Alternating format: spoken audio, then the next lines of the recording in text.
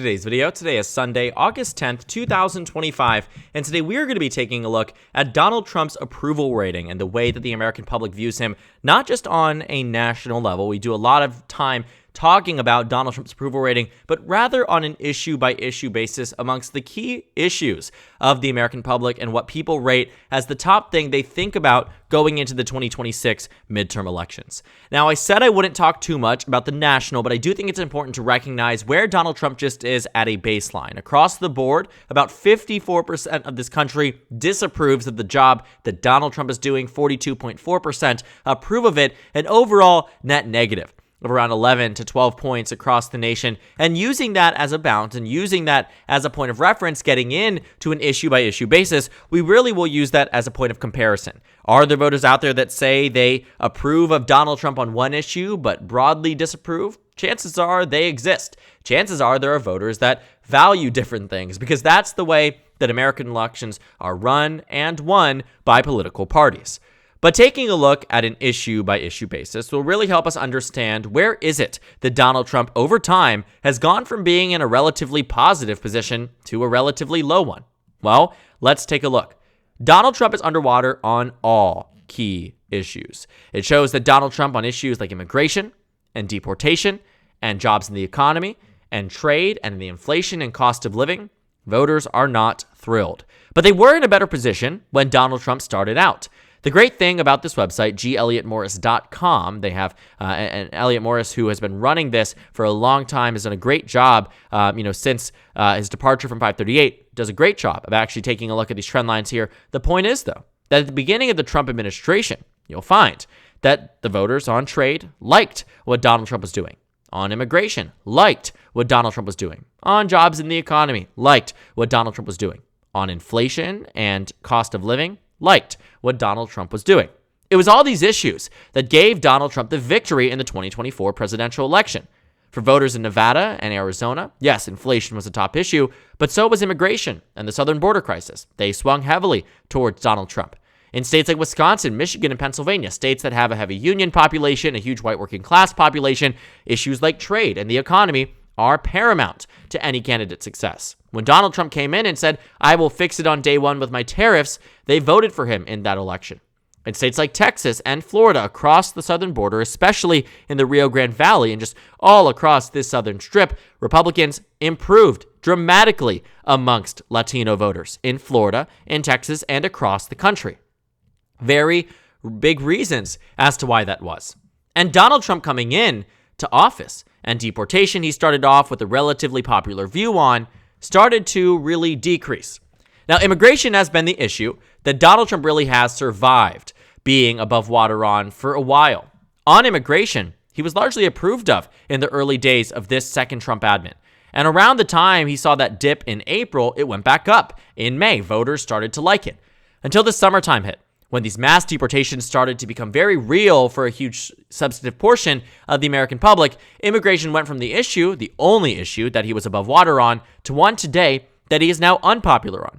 Deportation that started out as being popular for Donald Trump is now unpopular right now. Of course, that overall trend line went from popular to not. But on issues like trade, plus 13.5, a week into his presidency, now down 15.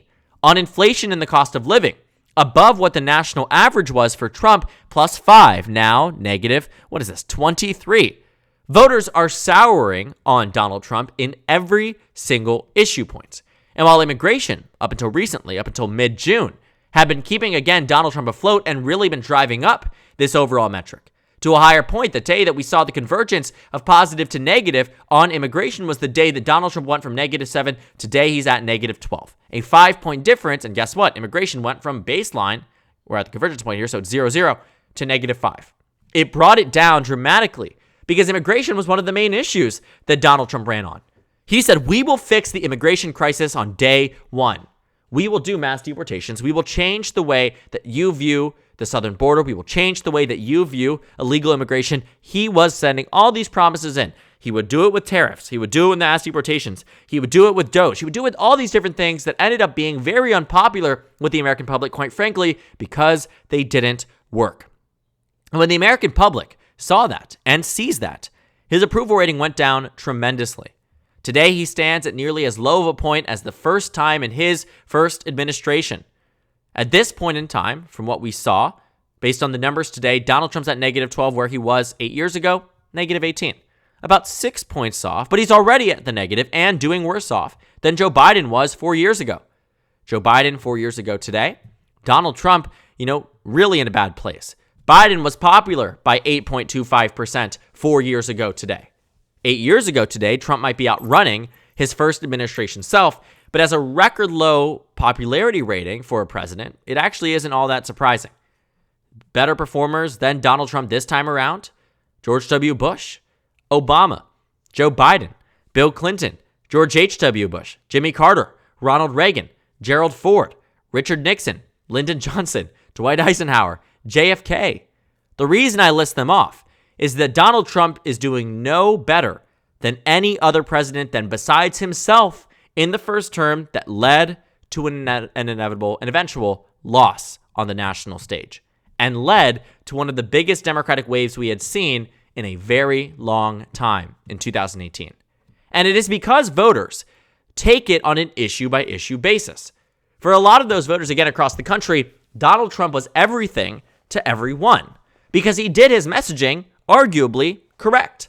He went down to states like Nevada and Arizona and said that I'm going to fix the southern border. And voters ate it up. He went over to the Midwest and said, they're stealing from you.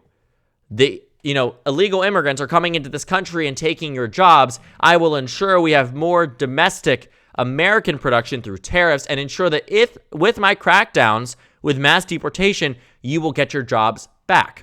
He was appealing to a wide range of the American public in a way that was really electorally advantageous, but in a way that if he did not deliver, would come back and, to bite him.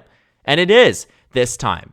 It is on every issue that keeps Donald Trump unpopular. The economy, negative 13. Foreign policy, negative 9. Immigration, negative 7. Inflation, negative 20. Every issue point that Donald Trump swore up and down he was going to fix, he is not fixing. And voters don't like that. And the ones that I think really drove Donald Trump to victory wasn't immigration that kept him there. I do think, immigration got him Arizona, and it got him Nevada, and it expanded the margin in Texas. But what electorally gave him that victory, because without it he would have lost, was the victories in Wisconsin, Michigan, and Pennsylvania, which I think far more had to do with the economy. And Donald Trump promising that his tariffs or whatever it was going to fix inflation and that he was going to revert Bidenomics, which Donald Trump railed against, even against Kamala Harris. And it worked because he won in Wisconsin, which Biden won. He won in Michigan, which Biden won. He won in Pennsylvania, which Biden won. But now, again, voters are not thrilled because they see things like the tariffs and they say, wait, no trade deals are getting done. The cost of living is going up. We aren't seeing a decrease in prices. And you're saying it's working. You're saying we're going to do tariffs against China, and then China retaliates, and then it's a 90-day pause. We're going to do tariffs against our allies in Canada, and then they say, no, you're not. And then he says, you're right, I'm not. And he backs down constantly and always. And I think a lot of voters actually are more happy that he's backing down simply because they know that the reality is if he actually follows through, it's going to be very difficult for the economy to recover. Because some of these things just simply can't be done overnight. That's why you find places like Apple saying to Donald Trump, we are making an investment for the future because you can't do it overnight. You can't all of a sudden say we're doing the iPhones in Arlington, Virginia, and popping up a center there. Sorry to catch a stray there for Virginia. But the point is, you can't just do that. The infrastructure has been set up elsewhere, and whether you agree with it or not, the policies aren't fixing it on day one like you promised. He made this promise, and it is his to fulfill and nobody else's. And when he passes bills, like the big, beautiful bill that he swears is popular, newsflash, it isn't, voters don't like that. And they look at it on an issue-by-issue basis and say, well, the mass deportations, I think, are inhumane and wrong, bad, negative. On immigration, you're not fixing the southern border crisis, bad, negative. On jobs in the economy, I still don't have a job, or the economy is still not improving, and I feel like everything's getting more expensive. Jobs in the economy, bad. Inflation, cost of living, bad. On trade, I'm seeing news article after news article that other countries are now maneuvering back against the United States and actually playing to that point and using it to our disadvantage. And Donald Trump is getting circles ran around him because his economic advisors are using ChatGPT to come up with an algorithm and a formula that doesn't even work, that replaces simple numbers with random alphabet letters to say that this is the way that we're moving forward. It doesn't work, and the American public can see through it. And that's the big reason why Democrats are well positioned and why Trump, across every single battleground state he won, if we go one by one in terms of approval, Wisconsin -12, Michigan -11, Pennsylvania -12, North Carolina -10, Georgia -11, Arizona -8, Nevada -9. It is unpopular, and he is too.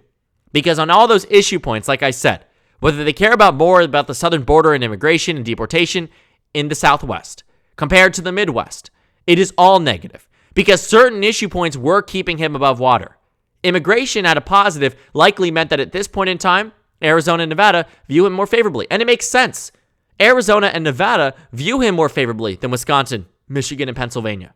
They do. But when you take a look at the issues and the big reasons why that might be, is on the point of immigration, it's keeping him much higher. -5 versus -23 on inflation versus -15 on trade.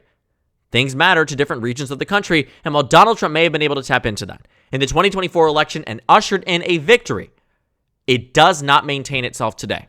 And it does not lend itself to Republican victories up and down the ballot next November or even this November or any election that will take place between now and the Republican Party, loss of 2026 that we are expecting to see.